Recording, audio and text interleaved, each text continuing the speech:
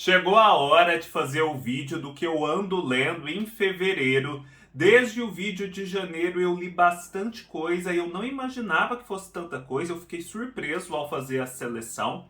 E nesse vídeo, então, eu comento um pouco a respeito de cada uma dessas leituras, tanto as que estão em andamento, quanto as que foram concluídas desde o último vídeo, que é o que ando lendo em janeiro de 2022. Nesse tipo de vídeo eu faço de uma forma diferente das resenhas, né? Eu falo um pouco mais sucintamente de cada livro para não atrapalhar a experiência de leitura de quem, porventura, não goste de spoilers, seja muito sensível a spoilers. Mas deixo a dica para todos os livros que já tem vídeo aqui no canal, um vídeo específico ou texto no blog. Eu vou deixar sempre os links aqui embaixo.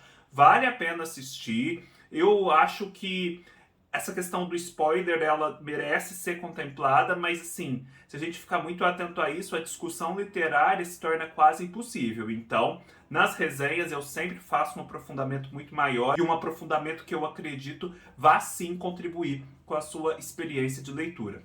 Da mesma forma, eu vou deixar, como sempre, aqui na descrição do vídeo, os links para que vocês possam encontrar esses livros. Comprando através dos links, vocês apoiam o canal, o que é super importante. Então, não deixem de apoiar e de fazer essa consulta.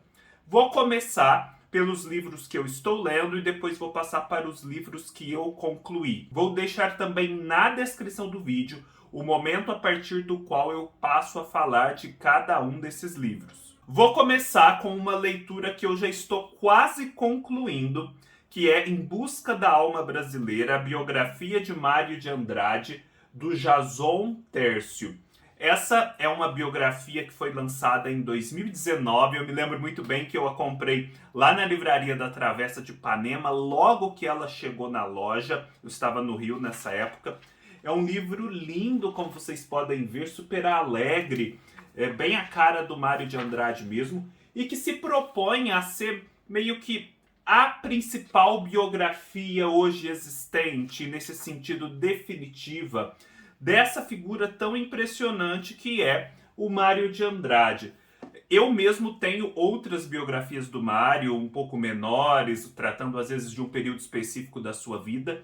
E pelo que eu pude pesquisar, de fato, essa é hoje em dia a mais completa. Ou seja, ela vai dar conta da vida do Mário, da vida pessoal, do contexto no qual ele estava inserido, das obras que ele produziu, do que ele pensava, das pessoas com as quais ele se relacionou e por aí vai. Isso é super desafiador, porque o Mário teve uma vida muito múltipla. Mais do que qualquer outro personagem, talvez, da história brasileira, o Mário é muito difícil de se biografar, porque ele era um polímata, ele tinha diversos interesses e atuou de forma decisiva em várias áreas do conhecimento. A formação original dele era a música, mas ele também foi escritor, teve forte atuação na imprensa como crítico literário, como crítico de música, como crítico social. Ele escreveu romance, escreveu poesia, escreveu conto, participou de diversos movimentos, trocou cartas com Deus e o mundo. Praticamente todas as maiores personalidades da cultura brasileira dessa primeira metade do século XX trocaram cartas com Mário, foram influenciadas por ele. Ele fez viagens importantes. No fim da vida ele teve uma atuação pública, né? Como homem público, como administrador público, super decisiva para a cultura brasileira, principalmente para a cultura no estado e na cidade de São Paulo. Enfim, abarcar tudo isso e abarcar esse período tão fértil no qual ele viveu, em que tanta coisa importante aconteceu, é um desafio. Eu acho que o livro faz muito bem isso, só que, por fazer muito bem, ele inevitavelmente se torna, às vezes, um pouco mais superficial. Não digo que é um pecado do livro, mas é algo que está dentro da proposta que ele tem.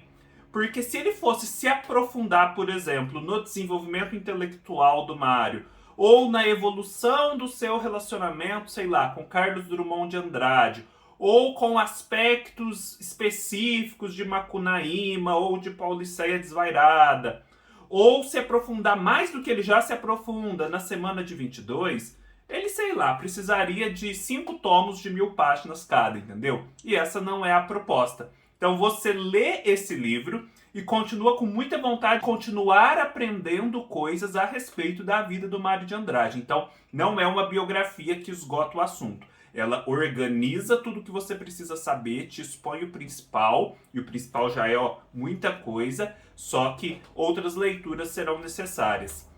Ele fala muito, obviamente, aqui da semana de 22, fala dessa formação do Mário, que começou na música e que foi sempre muito paulista. O Mário, ele teve uma infância e uma juventude muito religiosas, ele foi muito católico, mas católico mesmo, muito devoto. E como ele era um católico na cidade de São Paulo, ele era um católico bem tradicional, no seguinte sentido. O catolicismo no Brasil, apesar de muito arraigado, no interior e em cidades mais distantes, nunca foi tão estruturado quanto ele sempre foi lá na Europa. Então era sempre um catolicismo mais difuso, mais imaginado, a catequese era pouco presente, às vezes os ritos também eram pouco frequentados, não havia tantos padres e por aí vai. Mas o Mário não, ele foi um católico bem estilo europeu mesmo, porque havia toda essa estrutura da Igreja Católica lá em São Paulo. Então é muito interessante acompanhar isso e depois como ele vai se tornando gradativamente menos fervoroso, de como isso o levou para a música e da música para as outras artes, como se deu o encontro com os outros integrantes do que seria a Semana de 22. Foi muito importante para esse momento a exposição da Anita Malfatti em 1917, aquela que foi criticada pelo Monteiro Lobato. Pois é, isso tudo meio que catalisou a reunião desses indivíduos em torno de um ideal comum, e isso foi desembocar depois na semana de 22. O Mário conheceu muitas pessoas, ele era alguém de uma classe média ascendente, mas sempre esteve do lado de pessoas muito ricas, né? Nessa época dele, surgiram muitos salões literários mecenas em São Paulo, né? Tinha o Freitas Vale, a Dona Olívia Guedes Penteado, o Paulo Prado, e o Mário sempre esteve muito próximo dessas pessoas. E essas pessoas contribuíram, de fato, para a cultura brasileira naquele momento. Era um período bem interessante, eles eram bem engajados também. E depois o Mário sempre manteve correspondência com Deus e o mundo. O Mário nunca foi para o exterior, isso é interessante, ele sempre se recusava a ir para o exterior, mas estava muito ligado no melhor da produção internacional, conhecia tudo, ele tinha uma coleção de arte incrível. Ele fez 2 grandes viagens no Brasil que são muito interessantes. Uma grande viagem de barco ao longo de todo o estado do Amazonas, desde o Pará até lá o Peru e a Bolívia, conhecendo mesmo a floresta. Depois ele fez uma grande viagem para o Nordeste. E por fim, acompanhar o que ele sofreu com a ditadura de Getúlio Vargas, a sua necessidade de exílio no Rio, é muito interessante, porque também é um período em que ele atuou muito na vida pública e por isso mesmo sofreu. Fez coisas assim incríveis e teve projetos incríveis para a cultura nacional. Enfim, uma pessoa muito inspiradora. Ainda que você não tenha interesse em ler a obra de Mário de Andrade, Macunaíma, etc., a personalidade do Mário, o que ele foi para a cultura brasileira, um elemento assim catalisador para muita coisa da qual tanta gente gosta, ainda que não goste do próprio Mário, faz você ter muito interesse nessa biografia e ela ser assim uma leitura indispensável. Estou super animado, como eu disse, eu tenho outras biografias do Mário, eu quero continuar lendo, estou super curioso para ler a correspondência, são vários livros de correspondência, justamente para fazer o aprofundamento nesses pontos que a biografia infelizmente apenas toca. Estou lendo também, esse eu já estou na página 86, esse livro que eu consegui aqui na livraria da minha cidade, uma raridade, chamado Shiva e Dioniso, a religião da natureza e do Eros, do Alain Danielou. O Alain Danielou, segundo me consta, é um francês que se tornou muito afeito às questões indianas. Esse é um livro que vai tratar da relação entre o deus indiano, digamos assim, Shiva, e a figura de Dioniso.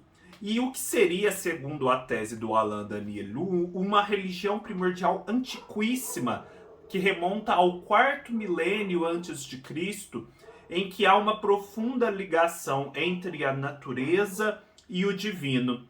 Essa religião teria surgido num lugar indefinido, se consagrado principalmente na Índia, e ela teria surgido na Índia num momento anterior ao próprio hinduísmo, e é super interessante acompanhar isso. E depois se espalhado por vastas regiões do mundo antigo, chegando ao Egito, chegando aos povos semíticos, chegando à Europa. E na Europa, um grande expoente dela foi a religião praticada na ilha de Creta, a mesma Creta do Minotauro, que também tem tudo a ver com esse shivaísmo. E por fim, essa religião estrangeira foi absorvida na Grécia Antiga sob a figura de Dioniso, né? Dioniso e Shiva têm muito em comum, como Alain Danielou vai demonstrar aqui. É um livro super interessante e é um livro que te mostra, né, como essa civilização que existe na Índia há milênios é rica. E talvez isso explique o porquê de nós ocidentais, né, focarmos tanto na nossa própria cultura e darmos pouca atenção a outras culturas e a civilizações como a indiana e a chinesa. Eu acho que isso não é só assim, uma falta nossa. Acho que é até um movimento meio natural, apesar de vencível, lógico, de autopreservação e até de temor, porque essas civilizações são tão grandiosas, há tanto a conhecer sobre elas, a história delas é tão antiga, já há coisas significativas na produção deles assim há milênios, que assim, acho que o homem ocidental fica meio embasbacado, né? Temeroso. Como que eu vou abarcar tudo isso? Né? Parece que a inteligência, a memória, uma vida só não tem capacidade para abarcar todos esses conhecimentos. Daí talvez o distanciamento, porque é realmente algo espantoso. E esse livro traz um pouco disso e traz essa ligação, né, do que parece estar distante, o shivaísmo, com o que está próximo, essa tradição dionisíaca e depois suas repercussões ainda hoje. Dentro do projeto de leitura coletiva dos contos completos do Cortázar, nós já lemos 2 livros dele. O primeiro, A Outra Margem, de 1945, que reúne os primeiros contos que ele escreveu, e depois o famoso Bestiário, que conta com o célebre A Casa Tomada, de 1951. Eu, assim, estou deslumbrado com a escrita do Cortázar, o que é muito positivo, porque quando a gente faz uma leitura coletiva de um escritor que a gente nunca leu, sempre tem aquele receio. E se eu não gostar e tiver que ler e sustentar essa leitura coletiva até o final? O que que eu vou fazer, né? Quão penoso isso não vai ser? Mas não tem nada de penoso na leitura do Cortázar. Isso aqui, gente, é literatura da mais alta sofisticação, da mais alta qualidade. É uma coisa deslumbrante a inteligência do Cortázar. Apesar de eu nunca ter lido esses escritores, pelo que eu sei da obra deles, há muito do clima e dos interesses do Poe e do Borges aqui na obra do Cortázar. É uma mistura disso. Então há muito aquele cerebralismo e erudição, apesar de que mais atenuada, do Borges, e daquele insólito, do mistério, do suspense do Poe. Imagina essa combinação, que coisa interessante que não fica. Então esse insólito é sempre muito presente nos contos do Cortázar, essa forma assim muito original e insuspeita de abordar os assuntos, né? Nisso ele me lembra também o Chesterton. Só que a escrita do Cortázar, né, poderia dizer, nossa, esse é um tema árido, né, vai ficar uma coisa chata. Não, a escrita dele é muito magnética. Então, por mais que se trate de uma coisa insólita, você não se dispersa, você não perde a sua atenção, você não se desinteressa e chega até o final. E ao chegar até o final, você fica com aquela impressão de desconcerto, de perplexidade, continua pensando sobre aqueles contos. E ele é muito fértil, porque você consegue extrair tantas interpretações, tantas possibilidades de leitura de cada conto. E é o que eu venho fazendo e trazendo para os vídeos, né? Eu consegui, nesses 2 vídeos que eu fiz para A Outra Margem e Bestiário, falar sobre cada um dos contos e trazer uma interpretação que eu consegui fazer. E, modéstia à parte, ficaram muito bacanas essas interpretações. Então, eu acho que os vídeos estão assim, muito úteis para quem quiser ler Cortázar, certamente vai ficar perplexo, mas quer ter assim, uma referência do que possa ser uma interpretação. E o segredo, gente, para ler Cortázar é saber que não existe uma interpretação única e uma interpretação fechada. O conto está ali justamente para despertar essas múltiplas leituras. Então, o vídeo acho que serve para você ter a segurança de exercer essa criatividade interpretativa. Não deixem de conferir, não deixem de participar do projeto. O projeto está em andamento, vai demorar ainda muito para acabar. E de todo modo, os vídeos estão sempre na playlist que eu vou deixar aqui embaixo, que você pode consultar e acompanhar a qualquer tempo. Olha, vale muito a pena mesmo. Cortázar me surpreendeu. E eu estou utilizando como leitura de apoio esse livro do Davi Arrigucci Jr., chamado O Escorpião Encalacrado, a Poética da Destruição, em Júlio Cortázar.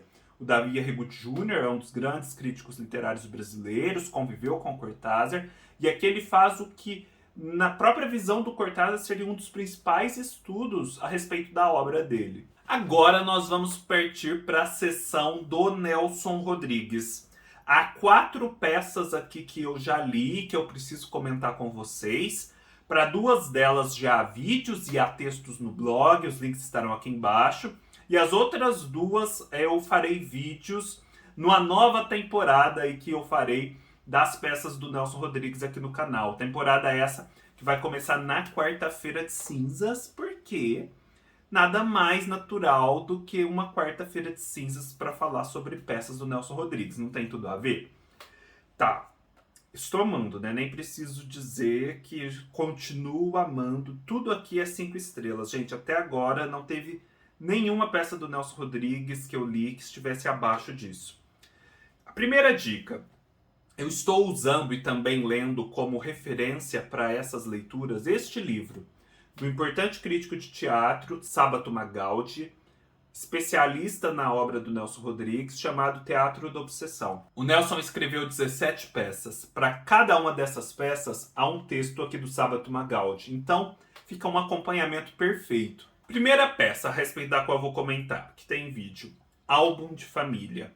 Álbum de Família, gente, é uma peça que eu considero muito especial, porque nela você tem a chance de tropeçar e depois se levantar triunfalmente nesse curso aí de leituras do Nelson Rodrigues. Por que eu falo isso? Porque aqui nós vamos ter a abordagem do tema do incesto. É um incesto que acontece dentro de uma família arquetípica aqui do livro.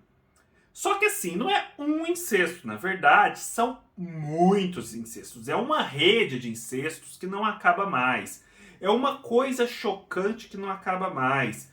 E você para e pensa, meu Deus, pra que tudo isso? Esse escritor não está querendo só causar, só chocar, chocar por chocar, gratuitamente. Qual é o sentido de todo esse excesso? E aí que está o pulo do gato. Existe um motivo para todo esse excesso. E é essa hipótese explicativa que eu exploro tanto no meu vídeo quanto principalmente no meu texto no blog. Porque é por meio do excesso aqui que o Nelson Rodrigues consegue chamar a atenção para o ponto que ele quer chamar a atenção e consegue levar o espectador à catarse, a famosa catarse das tragédias gregas, ao lado das quais este livro pode se inserir tranquilamente. Catarse, que é aquele movimento que você se espanta, fica horrorizado, mas também se alivia, né? Você escapa de alguma coisa nesse movimento da catarse. Escapa, talvez, de cometer os mesmos equívocos, dar os mesmos tropeções que os personagens do livro aqui dão. Depois, tem a peça Doroteia, que até agora é a minha favorita dentre tantas peças maravilhosas. É também uma peça mítica. O que eu quero dizer com peça mítica? A obra do Nelson, segundo o Sábato Magaldi, é dividida em 3 partes: peças psicológicas, peças míticas e tragédias cariocas.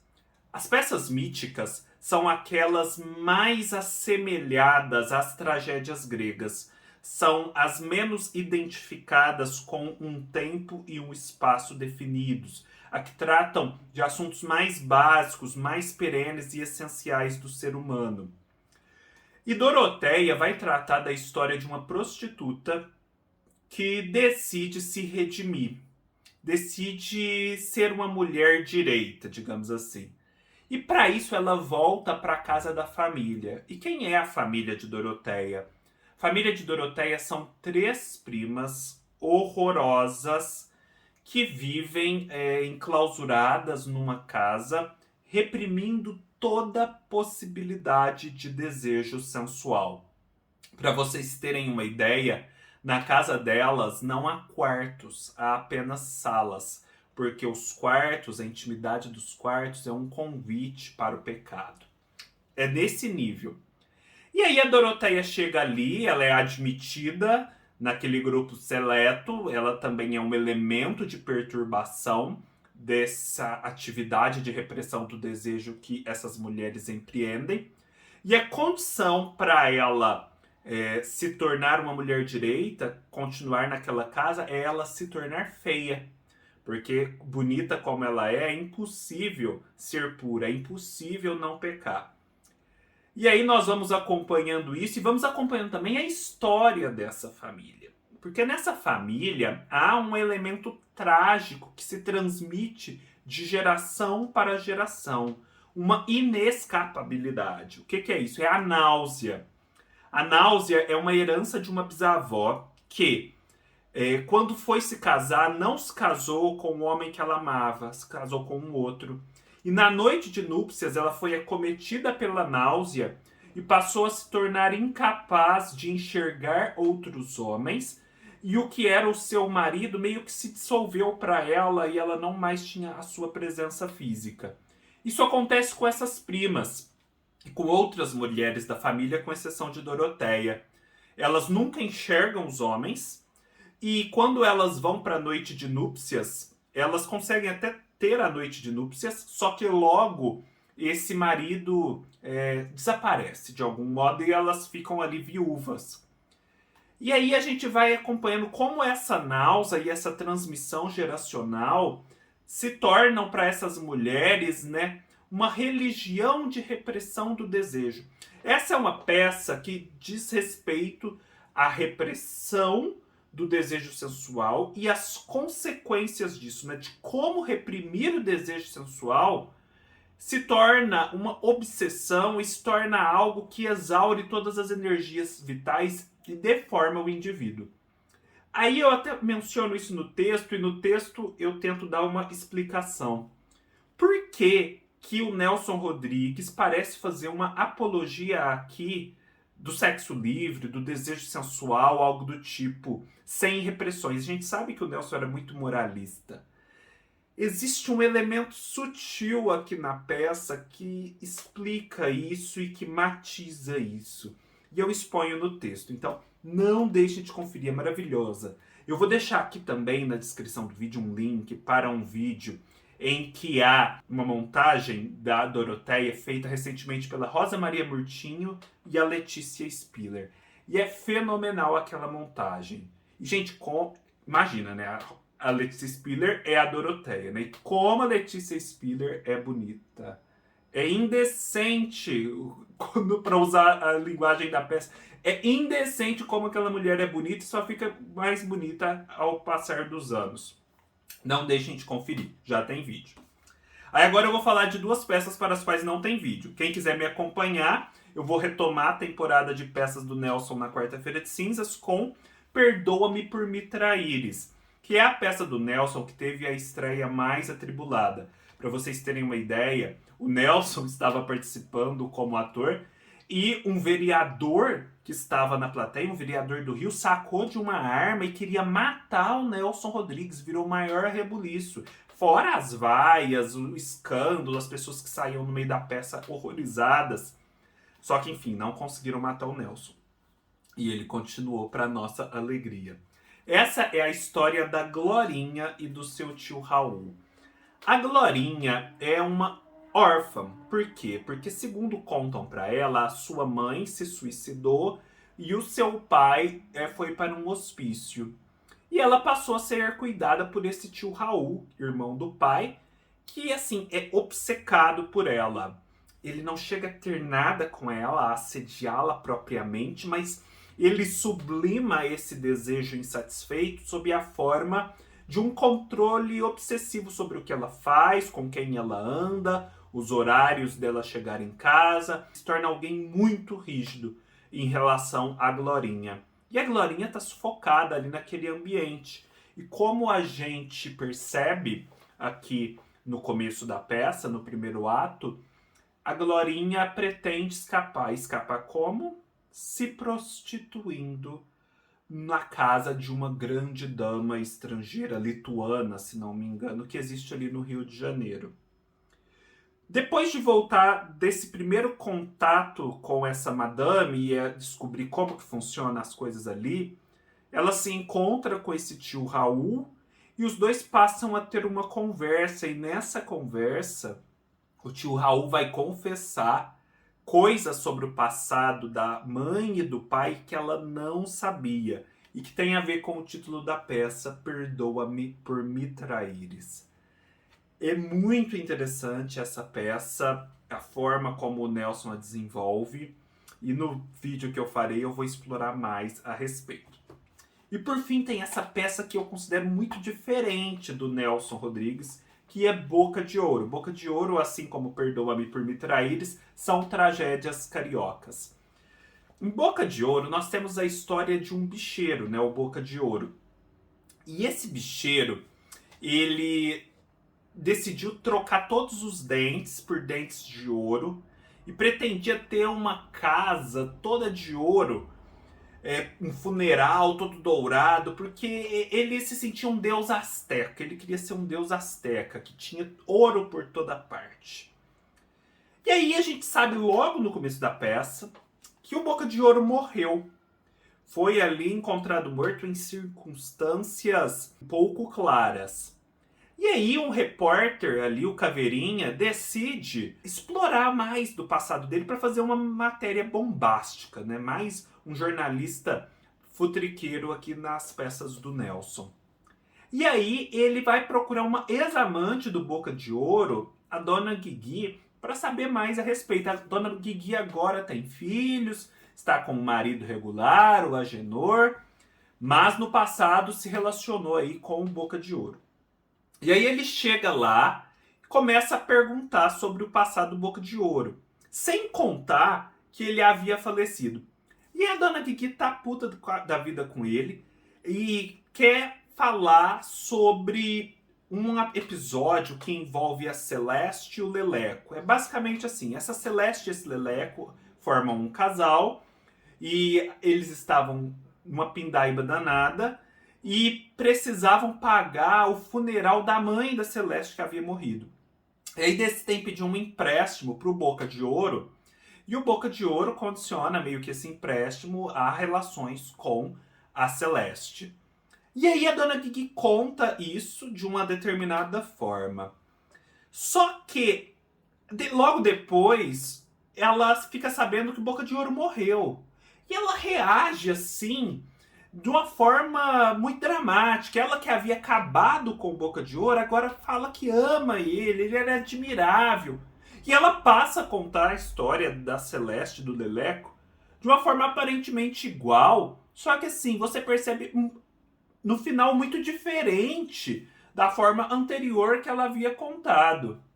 Que aí ela recebe mais uma informação, há mais um entrevero ali na peça, e aí ela passa a contar uma terceira versão daqueles acontecimentos, de modo que O Boca de Ouro se consagra como uma figura mítica a respeito da qual você não sabe ao certo o que aconteceu e precisa depurar nas versões o que são os fatos reais. Então, assim, uma peça interessantíssima. Tem sim os mesmos temas, o mesmo contexto das outras obras do Nelson, mas eu achei muito diferente nessa aqui a exploração dessa questão assim das versões, né? De como às vezes os fatos verdadeiros são inatingíveis, né? É preciso se contentar com as versões e com o confronto delas para chegar à verdade. Então, esse livro mostra, gente, o quanto a obra do Nelson, apesar de partir de um núcleo comum de temas, de contextos, de cenários, ela consegue ser singular a cada peça, fazer uma coisa muito diferente das anteriores a cada peça. Não ser repetitiva, ser muito diversa dentro dessa unidade fundamental, né? Isso só prova a sua genialidade. Boca de Ouro, uma peça importantíssima para a trajetória do Nelson. E é isso, pessoal. Espero que vocês tenham gostado do vídeo. Se gostaram, deem um like. Deixem aqui nos comentários se já leram, pretendem ler essas peças, o que acharam. Não deixem de conferir as resenhas que já existem. Se inscrevam no canal, sigam-me no Scooby, no Instagram. Todos os links estarão aqui embaixo. Leiam-me no meu blog, vocês viram, há vários textos lá sobre as peças do Nelson. Há inclusive um texto em que eu oriento vocês a respeito da obra do Nelson Rodrigues, por onde começar, o que é o que ele escreveu, quantas são as peças, quantos são os romances, as crônicas, o que está disponível, quem publica o que. Tudo vai estar aqui embaixo, não deixem de conferir. Nos vemos numa próxima oportunidade. Até mais.